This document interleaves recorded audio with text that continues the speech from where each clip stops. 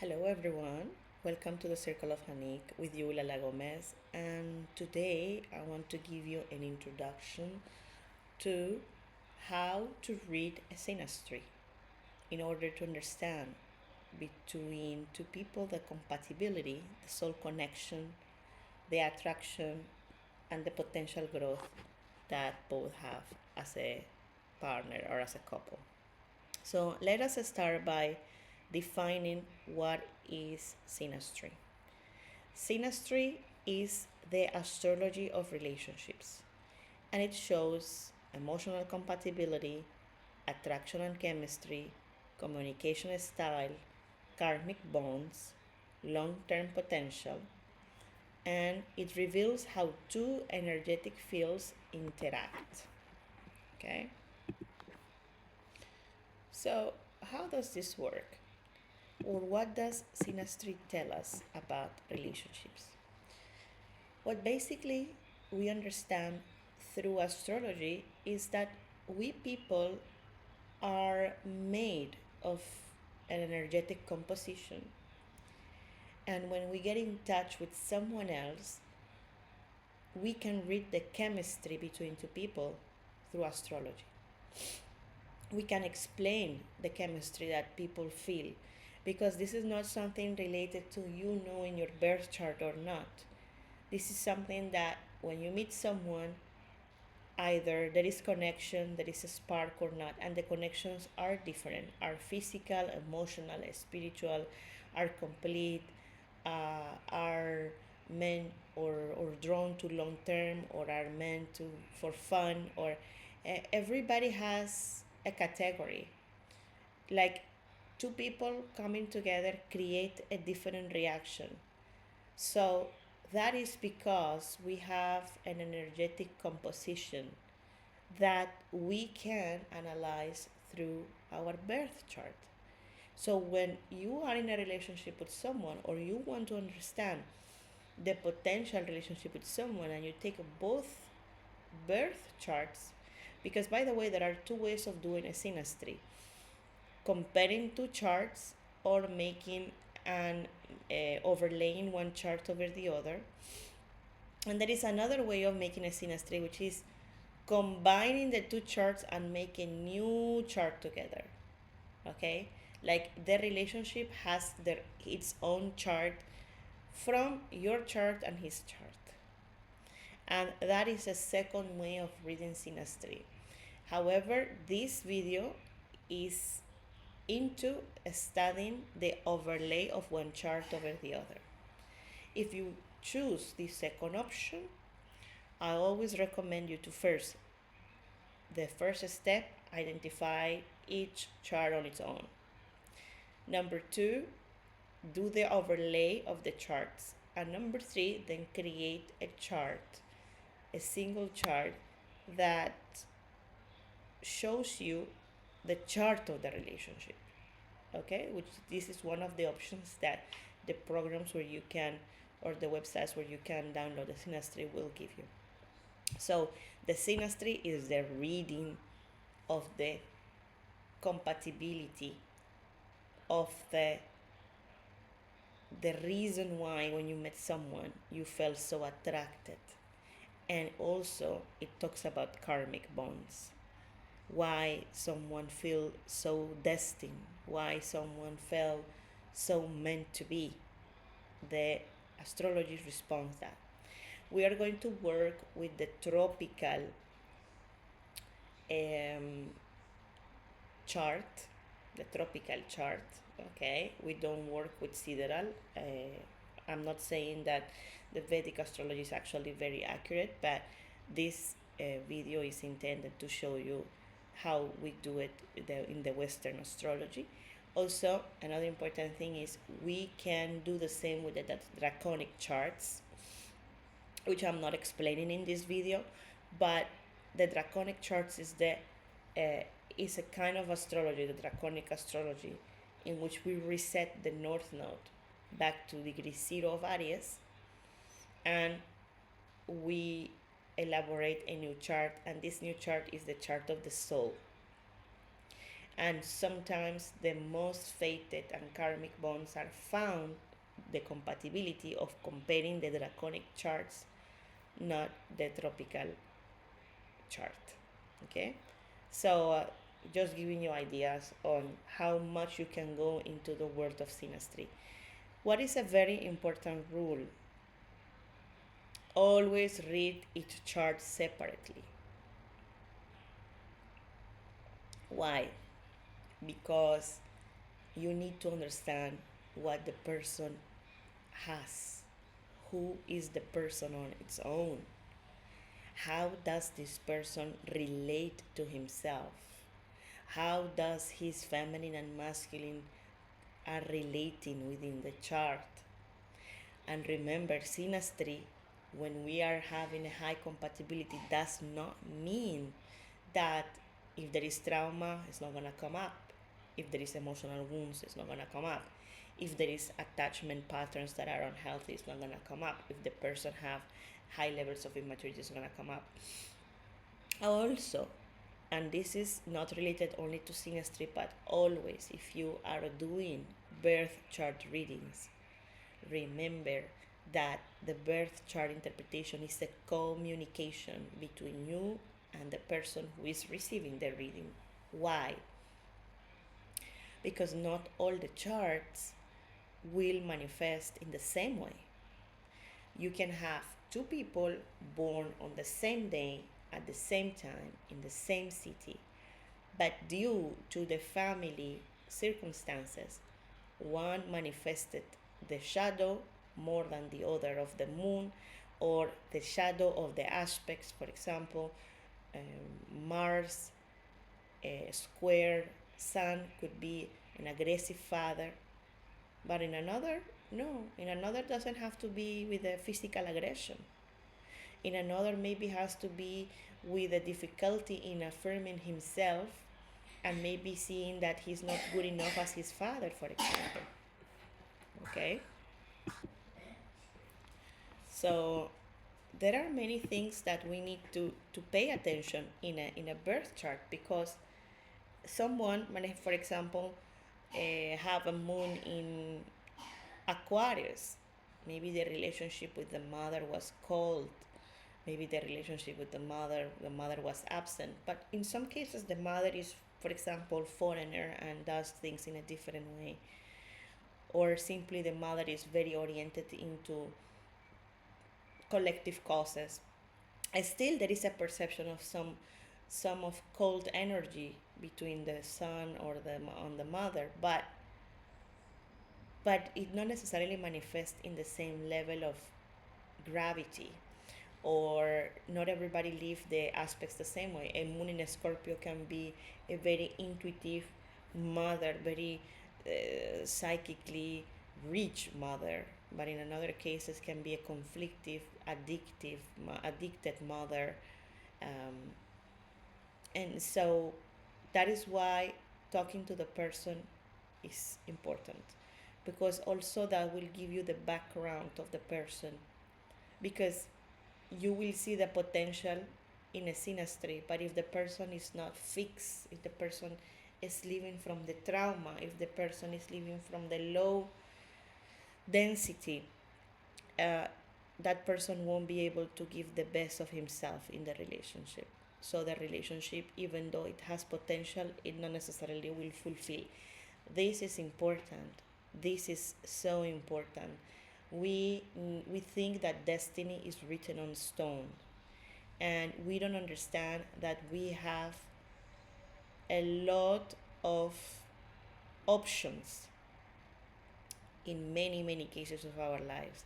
Either I go this path or that path, and having that option, depending on my degree of consciousness, it will be my choice, and therefore the results. So once we analyze each chart separately, we will see at the moon of each person what is the emotional needs of each one. The moon is the most important planet when it comes to relationships. We need to understand the emotional mechanism of a person. Venus. Venus talk about love language. It talks about what the person values, what is important for the person emotionally. Mars talks about desire and sexuality. Saturn, commitment, capacity. Mars also talks about going for what you want, but in a relationship, it's obviously talking about the sexual energy. The seventh house, partnerships official. Fourth house, home and safety. Eighth house, intimacy and merging. I didn't put here the fifth house, but the fifth house represents the romantic. These are romances that are not official, that are flirtatious, and that they are not. They don't have necessarily sustainability in the time. So anyway, you need to look, but still it's good to look at it, of course, because it shows you how the people flirt and what they seek for. Because what you seek in a relationship official is different from what you seek in a flirting relationship. What can each person actually offer? What what is their relationship, for example, between their moon and their Mars, their Venus and their Mars? How is their Saturn aspected? Do they have a strong Saturn? Do they have a conflictive Saturn? Why Saturn is so important? Actually, Saturn has a very bad reputation always in astrology, which is not really fair.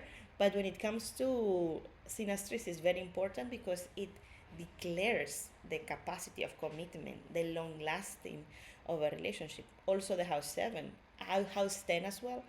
But house 10 is something that happens once you are already in a relationship, how you come out to the public. And house 11 plans to the future, but this is already when the relationship is there now. Now, what is the foundation of the relationship? Well, the sun moon connections are super important. Are the sun and the moon in conjunction, trine, sextile?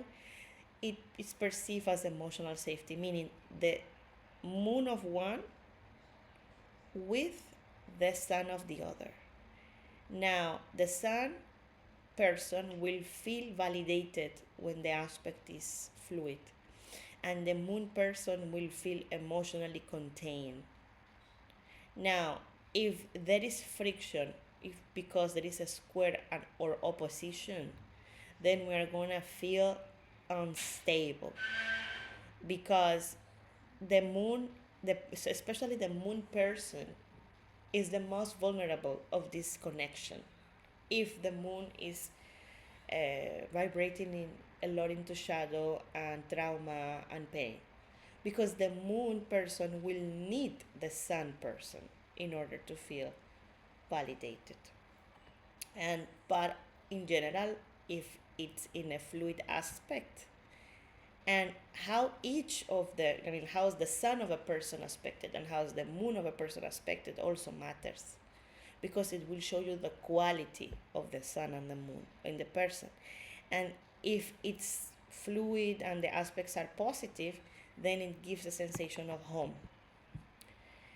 Moon is super important because the moon will talk about the emotional rhythm and daily life, the nurturing style, the habits, the moods, the coexistence.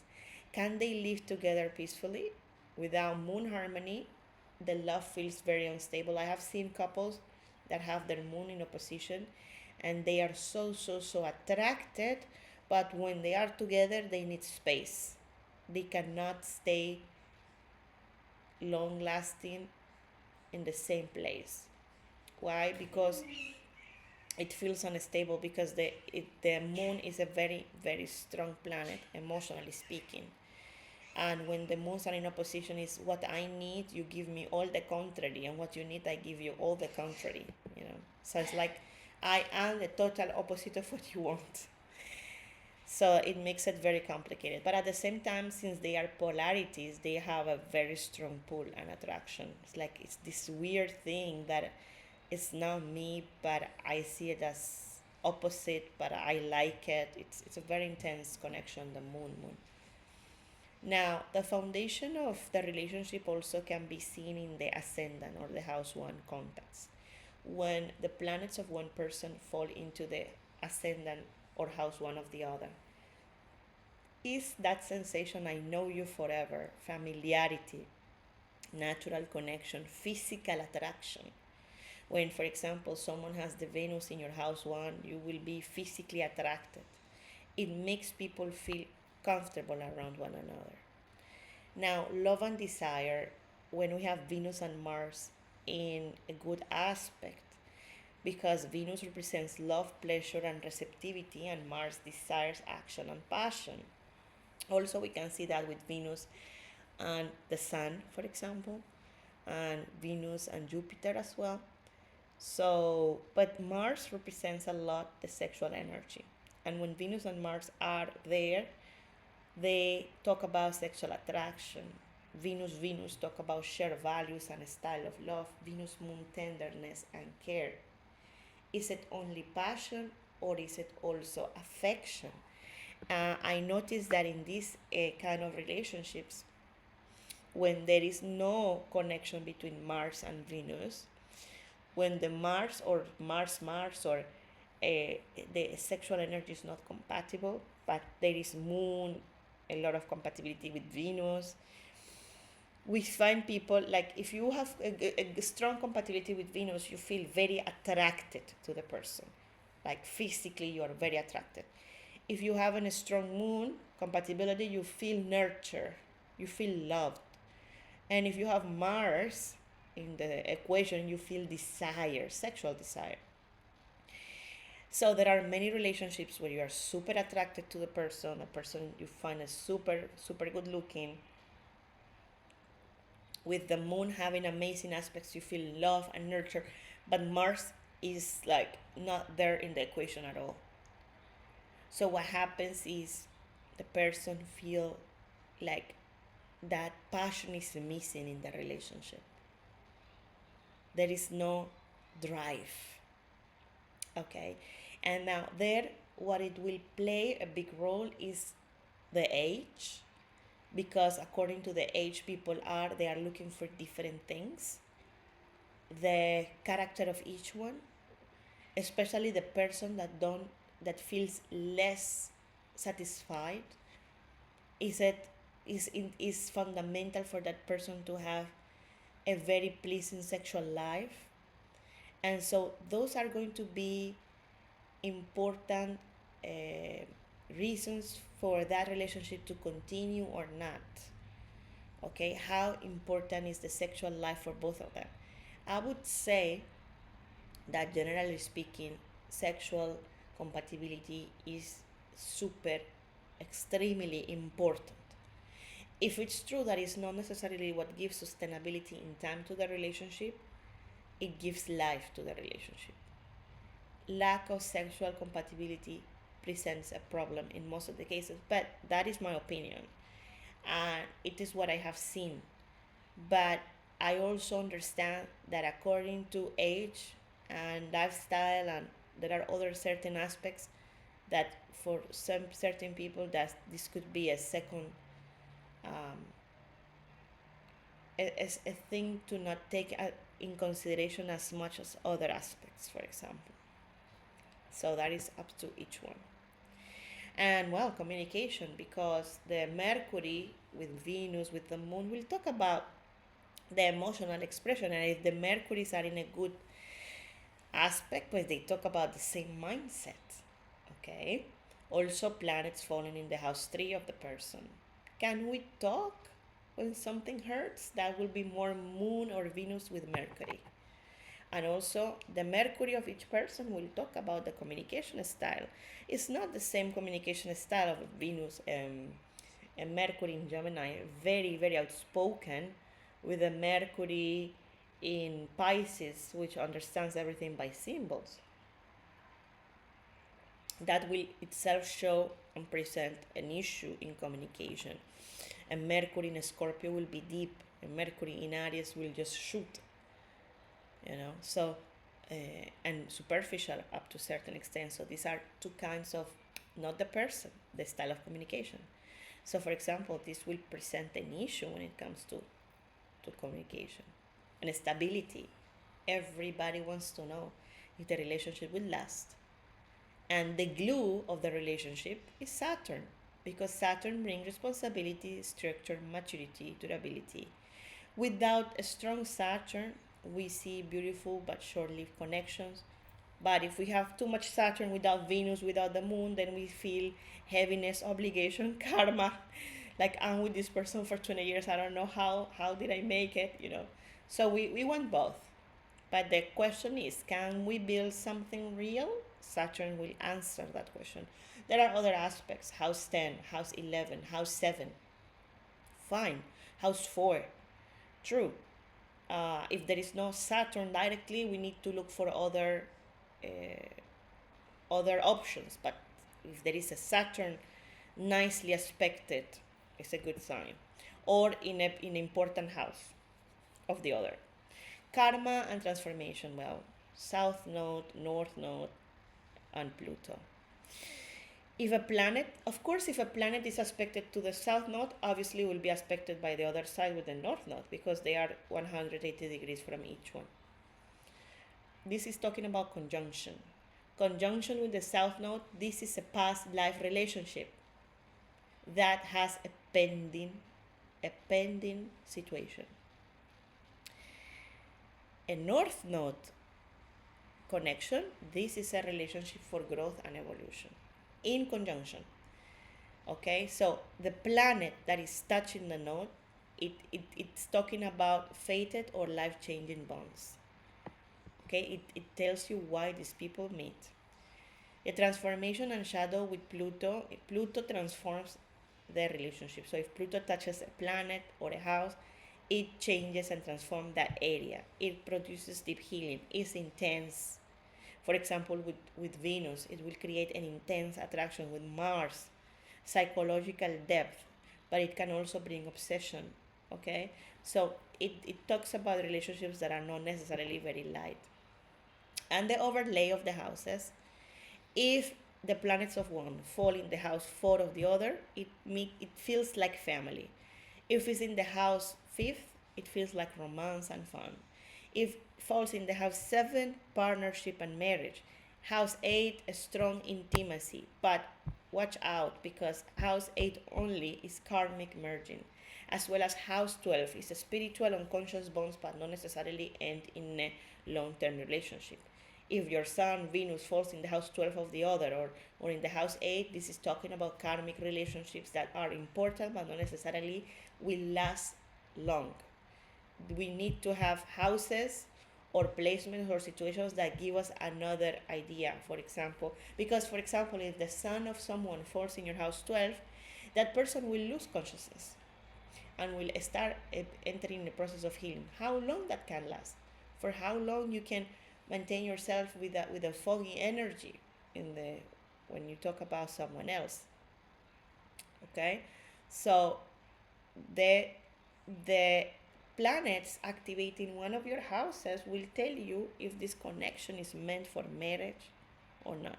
House 10, how is the public life together when you come out as a couple in a relationship, and future plans is in house 11. And last but not least, you need to understand how is the feminine energy of each one and the masculine energy of each one by studying the interactions in their inner planets. Moon and Venus, feminine energy. Sun, Mars, Saturn, masculine energy. Mercury, bridge of consciousness. Pluto and North, soul evolution. A healthy relationship needs emotional safety, desire, communication, commitment, purpose, love. And if anything is missing, then we have imbalance. And just remember that Synastry doesn't predict love. It reveals compatibility, challenges, lessons, and growth. I hope that you find this video useful, and I'll see you in the next occasion.